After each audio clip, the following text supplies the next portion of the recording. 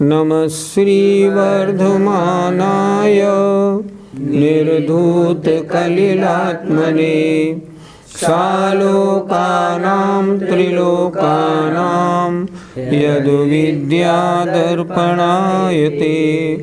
पंच परमेष्ठी भगवान की जय। सम्यक दर्शन का अधिकार इस अंतिम छंद के द्वारा अब पूरा होने जा रहा है। आचार्य समंतभद्र महाराज ने सम्यक दर्शन के बारे में बात पूरी कर ली, सब कुछ कह दिया।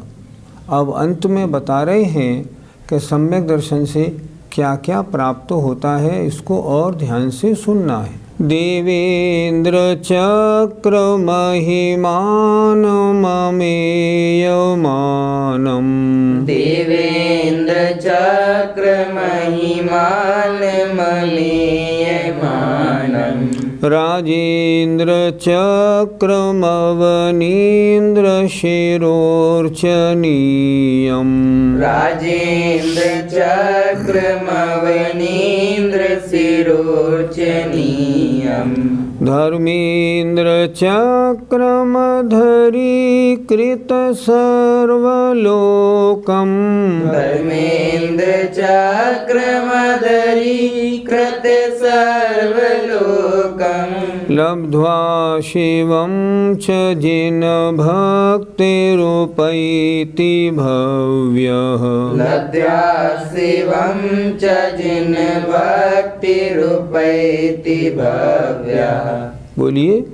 देवेंद्र चक्र महिमानममेयमानम्, राजेंद्र चक्रमवनीन्द्र शिरोर्चनीयम्, धर्मेंद्र चक्रमधरीकृत सर्वलोकम्, लब्ध्वा शिवं च जिन भक्तिरूपैति भव्यः। पंच परमेष्ठी भगवान की जय। सम्यक दर्शन के महात्म्य से क्या क्या प्राप्त होता है, इस छंद में ये बताया जा रहा है। देखें, अमेयमानम देवेंद्र चक्र महिमानम, अर्थात अपरिमित प्रतिष्ठा वाले देवेंद्रों के समूह की महिमा को, अर्थात जिनकी बहुत प्रतिष्ठा है, देवेंद्र चक्र देवेंद्रों का समूह जिनकी पूजा करता है, ऐसे और अच्छी तरह समझें, अर्थात अपरिमित जिनकी बहुत प्रतिष्ठा है, ऐसे देवेंद्रों के समूह की महिमा को वह सम्यक दृष्टि प्राप्त करता है। दूसरा, अवनीन्द्र शिरोर्चनीयम, अवनीन्द्र राजाओं के मस्तक से पूजनीय ऐसे राजेंद्र चक्रम, अर्थात चक्रवर्ती के पद को। ध्यान से देखें, अवनीन्द्र शिरोर्चनीयम, अवनी माने पृथ्वी, पृथ्वी के इंद्र माने राजा, राजाओं के सिर से पूजनीय ऐसे राजेंद्रों के चक्र, अर्थात चक्रवर्ती के चक्र को, अर्थात चक्रवर्ती पद को।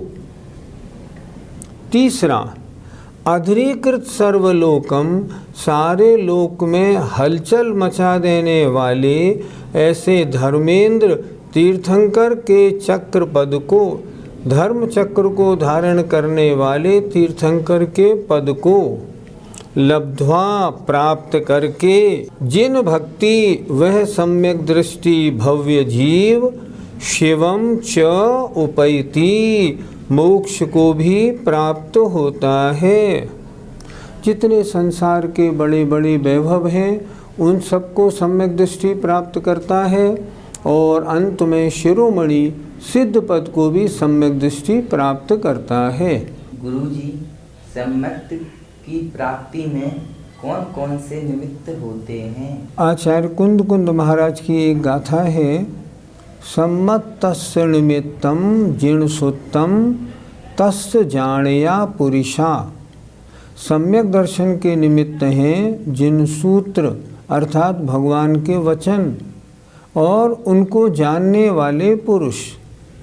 सम्मत तस्य निमित्तम जिणसुत्तम तस्य जाणया पुरुषा, अर्थात जिन सूत्र भगवान के कहे वचन और उनको जानने वाले पुरुष ये सम्यक्त्व के निमित्त हैं।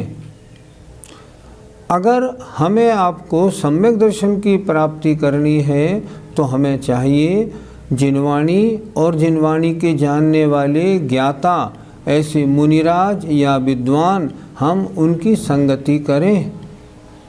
इससे क्या होगा, हमारा सम्यक तो हमें कैसे प्राप्त हो इसका मार्ग खुलेगा। सम्यक दर्शन प्राप्त करने का तरीका क्या है, हमें क्या करना, पहले जिनवाणी पढ़ेंगे, जिनवाणी को जानने वाले पुरुषों से उपदेश सुनेंगे। उसे सुन के क्या होगा, उसे सुन के सबसे पहले हम जिन जीवों की खोटे देव शास्त्र गुरु में श्रद्धा जमी है वो समाप्त होगी। सच्चे देव शास्त्र गुरु में हमारी श्रद्धा बनेगी। उसके बाद जब शास्त्र में श्रद्धा बन जाएगी तो हम शास्त्र को पढ़ेंगे, उसको सच्चा मानेंगे। तब उसको पढ़ के हम उसमें लिखे अनुसार 7 तत्व 9 पदार्थ, कर्म क्या है, लोक क्या है, इसका श्रद्धान करेंगे। जब श्रद्धान करेंगे तो हमें मालूम पड़ेगा शरीर तो पुद्गल है और इसमें जो जानने देखने वाला आत्मा है वह मैं हूँ। ये दिखने वाला शरीर मैं नहीं, जो इस शरीर के माध्यम से देखने वाला है वह मैं हूँ। ऐसा जानने पर शरीर और आत्मा का भेद विज्ञान होगा और भेद विज्ञान होना अर्थात सम्यक दर्शन प्राप्त होना है। उसके बाद व्रतों को धारण करेंगे, व्रतों को धारण करके अपने जीवन को सफल करेंगे। इसलिए सम्यक दर्शन के निमित्तों को जानकर हमें उन निमित्तों की प्राप्ति में अपना समय लगाना चाहिए। गुरुजी, सम्यक दर्शन प्राप्त करना क्यों आवश्यक है? किसी विद्वान ने ठीक लिखा है, इस भवतरु का मूल यह जानहु मिथ्या भाव, ताको कर निर्मूल अब करिए मोक्ष उपाव। संसार रूपी वृक्ष का जड़ क्या है, मिथ्यात्व। अब करना क्या है, इस मिथ्यात्व को जड़ से नष्ट करके मोक्ष का उपाय करना है। बिना सम्यक दर्शन के सम्यक ज्ञान चारित्र होते नहीं। हम पूजा पाठ, स्वाध्याय, उपवास सब कुछ सारी धार्मिक क्रियाएं करते हैं, लेकिन मिथ्यात्व अगर है उन क्रियाओं का कोई मूल्य नहीं है। और इन्हीं सारी क्रियाओं के साथ अगर हम सम्यक दृष्टि बन के इन क्रियाओं को करें तो इनका फल सैकड़ों गुना हो जाता है। इसलिए हमें तो जिस किसी प्रकार सम्यक तो प्राप्ति करनी चाहिए ताकि हमारे सारे पुरुषार्थ सफल हो जाएं, अन्यथा सारे पुरुषार्थ निष्फल हैं। अनंत काल से संसार भ्रमण हो रहा है और आगे भी होता रहेगा। पंडित जी, आज पहला अधिकार पूर्ण हो गया, हमें इससे क्या शिक्षा लेनी चाहिए? इस पहले अधिकार में हमने क्या पढ़ा, जरा विचार करते हैं। सबसे पहले आचार्य महाराज ने मंगलाचरण करने के उपरांत बताया कि मुझे सच्चा धर्म क्या है वो कहना है, जो संसार के दुखों से छुड़ाकर मोक्ष पहुंचाता है।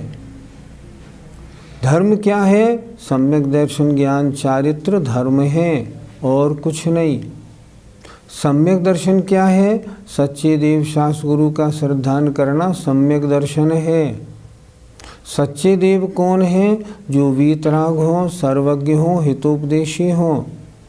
वीतराग का मतलब 18 दोषों से रहित हो। सर्वज्ञ जो सभी द्रव्यों की अनंतानंत भूत भविष्यत की और वर्तमान की पर्यायों को जानने वाले हों, और हितोपदेशी अर्थात जिन्होंने स्वयं मोक्ष प्राप्त कर लिया है, हित को जान लिया है और वो हित का उपदेश देने वाले हों। इस तरह सच्चे देव की चर्चा हुई। उसके बाद उन्होंने 18 दोषों को भी अच्छी तरह गिनाया। फिर सच्चे शास्त्र की परिभाषा बताई। सच्चा शास्त्र कैसा होना चाहिए? आपके द्वारा कहा गया हो, इसका कोई खंडन न कर सके, प्रत्यक्ष अनुमान से बाधा नहीं आए, तत्व का उपदेश करने वाला हो, सबका हितकारी हो और अन्य जो कुमार्ग हैं उनका खंडन करने वाला हो। ऐसा शास्त्र, आज जो शास्त्र हमें पढ़ने को मिले हैं, अनमोल हैं, साक्षात भगवान की दिव्य ध्वनि से निःसृत हैं, अतः परम पूज्य हैं। ऐसे शास्त्रों का श्रद्धान करना है। पंचेंद्रियों की विषयों की आशा के जो बस में नहीं हैं, आरंभ परिग्रह में नहीं लगे होते, जिनको केवल ज्ञान ध्यान तप में ही लीन रहना पसंद है, उन्हें हम कहते हैं सच्चे साधु।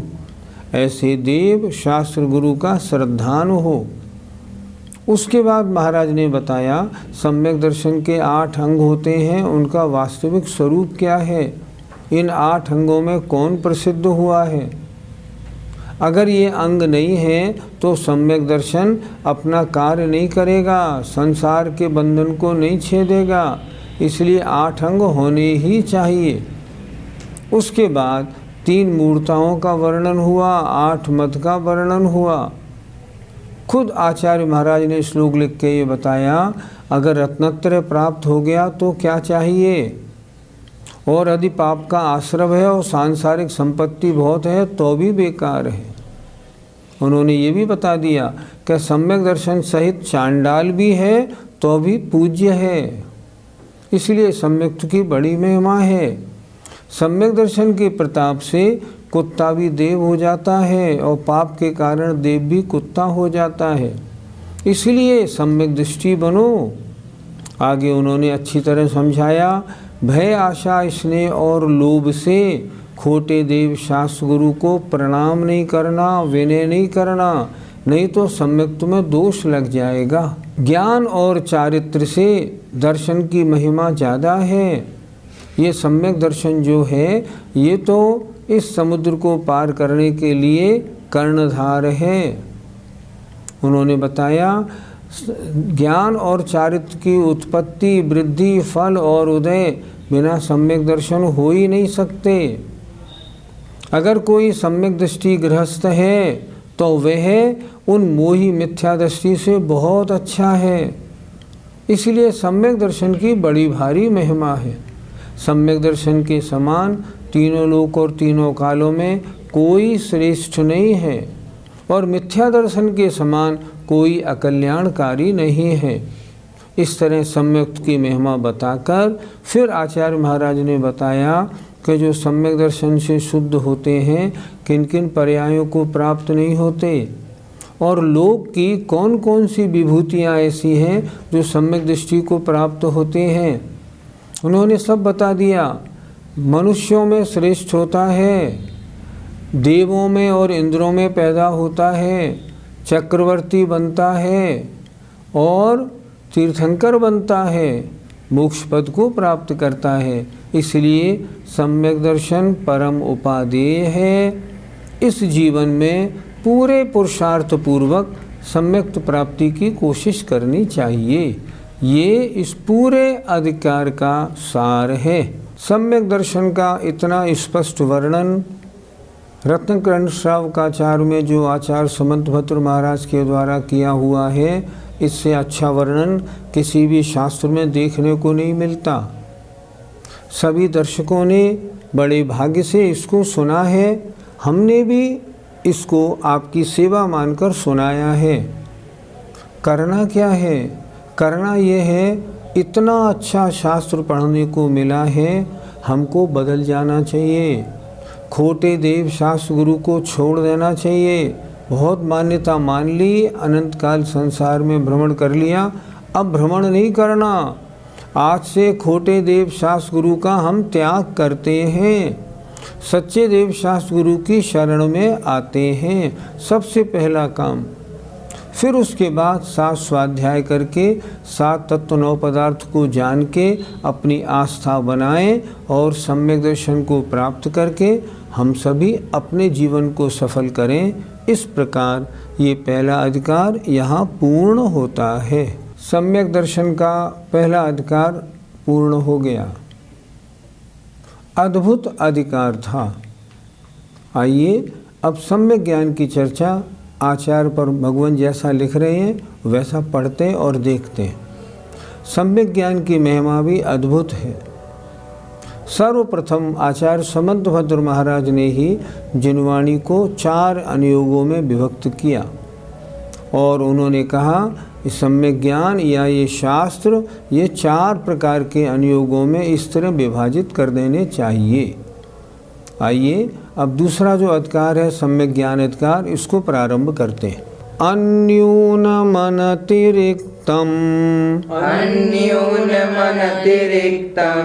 याथा तथ्यं विना च विपरीतात्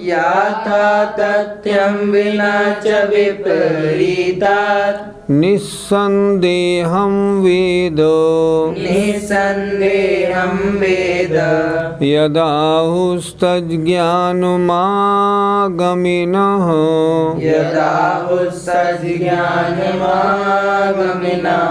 बोलिए। अन्यूनमनतिरिक्तं याथा तथ्यं विना च विपरीतात् निस्सन्देहं वेद यदाहुस्तज्ज्ञानमागमिनः। ज्ञान माने जानना, लेकिन कौन सा ज्ञान सम्यक ज्ञान है? जो सम्यक दर्शन के साथ हुआ हो। ज्ञान कैसा होना चाहिए उसके बारे में बता रहे। अन्यूनम, ना तो कम को जाने, अन अतिरिक्तम, और एक्स्ट्रा भी नहीं जाने, जो कम को भी नहीं जाने और ज़्यादा भी नहीं जाने। याथा तथ्यम, जैसा का तैसा जाने, और विना च विपरीतात्, और विपरीतता के बिना जाने, अर्थात उल्टा नहीं जाने, सच्चा जाने। और निस्संदेहम, और संदेह रहित जो जानना है उसे, यत माने जो जानना है उसे, आगमिनः गणधर देव उस ज्ञान को सम्यक ज्ञान कहते हैं। सम्यक ज्ञान की परिभाषा याथा तथ्यम, जैसा का तैसा जानना, निस्संदेहम, संदेह रहित जानना। कैसा जानना? कितना सुंदर श्लोक है। ना तो कम जानना, अन्यूनम, कम नहीं, न अनतिरिक्तम, अतिरिक्त भी नहीं। जितने गुण हैं, जो डेफिनेशन है, उसी डेफिनेशन में ना कुछ कम करना है ना कुछ ज़्यादा करना है। तो ना तो कम जानना है ना ज़्यादा जानना है, जैसा का तैसा जानना है, और विपरीतात बिना, उल्टे पने से रहित जानना है, जैसा का तैसा सच्चा जानना है। और संदेह रहित जो जानना है उस जानने को गणधर देव, उस ज्ञान को सम्यक ज्ञान कहते हैं। पंडित जी, कम जानना कैसा होता है? जो वस्तु जैसी है उसको पूरा ना जान के कम जानना। एग्जाम्पल, 15 में 5 का गुणा किया तो आते हैं 75। अगर आप 73 या 72 कहते हैं आप कम जानते हैं, आपका ज्ञान गलत है। एग्जाम्पल, जैसे श्वेतांबर धर्म में द्रव्य 5 माने हैं, वे काल द्रव्य को नहीं मानते, तो हैं द्रव्य कितने? 6। तो अगर आप द्रव्य 5 मानेंगे तो वो जानना आपका कम जानना है, इसलिए वो सम्यक ज्ञान की कोटि में नहीं आएगा। जो जितना है उसे उतना जानो। जीव के जितने गुण हैं ये जीव के गुण हैं, ऐसा जानो, न कम न ज़्यादा। तो अन्यूनम का मतलब जितना है उससे कम अगर वस्तु का स्वरूप जाना जाता है तो सम्यक ज्ञान नहीं है। पंडित जी, अधिक जानना कैसा होता है? जैसे 15 गुणित 5 बराबर 75, अगर आप 15 गुणित 5 बराबर 80 जानेंगे तो आपने अधिक जान लिया। ये जानना भी गलत हो गया। मान लो जीव के गुण कैसे हैं, ज्ञान, दर्शन, सुख और वीर्य, और जीव है कैसा, अमूर्तिक। अगर आपने जीव को मूर्तिक भी मान लिया तो आपने जीव को अधिक जाना, वो भी सच्चा ज्ञान नहीं। जितना है उसको उतना ही जानना है, उससे ज़्यादा नहीं जानना। गुरु जी, इस श्लोक में एक शब्द आया यथा तथ्यम, इससे हमें क्या समझना है? यथा तथ्यम माने जैसा का तैसा, उसमें से ना अपनी तरफ से ऐड करो ना निकालो, वस्तु का जो स्वरूप बताया है उसको वैसा ही समझना है। जैसे जिसमें जानने देखने की शक्ति हो उसे जीव कहते हैं। अब ये शरीर भी जीव है, ये गलत हो गया। यथा तथ्यम, जैसे को तैसा जानो। जो जानने देखने वाला इस शरीर में आत्मा है, जीव तो वही है। अगर ये जानते हैं तो यथा तथ्यम, जैसा का तैसा। शास्त्र में जिस शब्द का जो अर्थ है उसका वो ही अर्थ लगाओ और कुछ नहीं लगाना। ऐसा भी हो सकता है, नहीं हो सकता। जो आगम में जैसा है, जैसा का तैसा ही जानना है। गुरु जी, ज्ञान का चौथा विषय दिया है विपरीतता रहित, जरा हमें उसके बारे में समझा दीजिए। शरीर को आत्मा मान लेना ये विपरीत मान्यता है, तो आपने विपरीत ज्ञान किया। अणुव्रत और महाव्रत से आश्रव बंध होता है, ये विपरीत ज्ञान है। अणुव्रत महाव्रत आश्रव बंध में कारण नहीं होते। इस तरह जो धारणाएं हैं वो धारणाएं विपरीत हैं, वो सच्चा ज्ञान नहीं है। जय जिनेंद्र।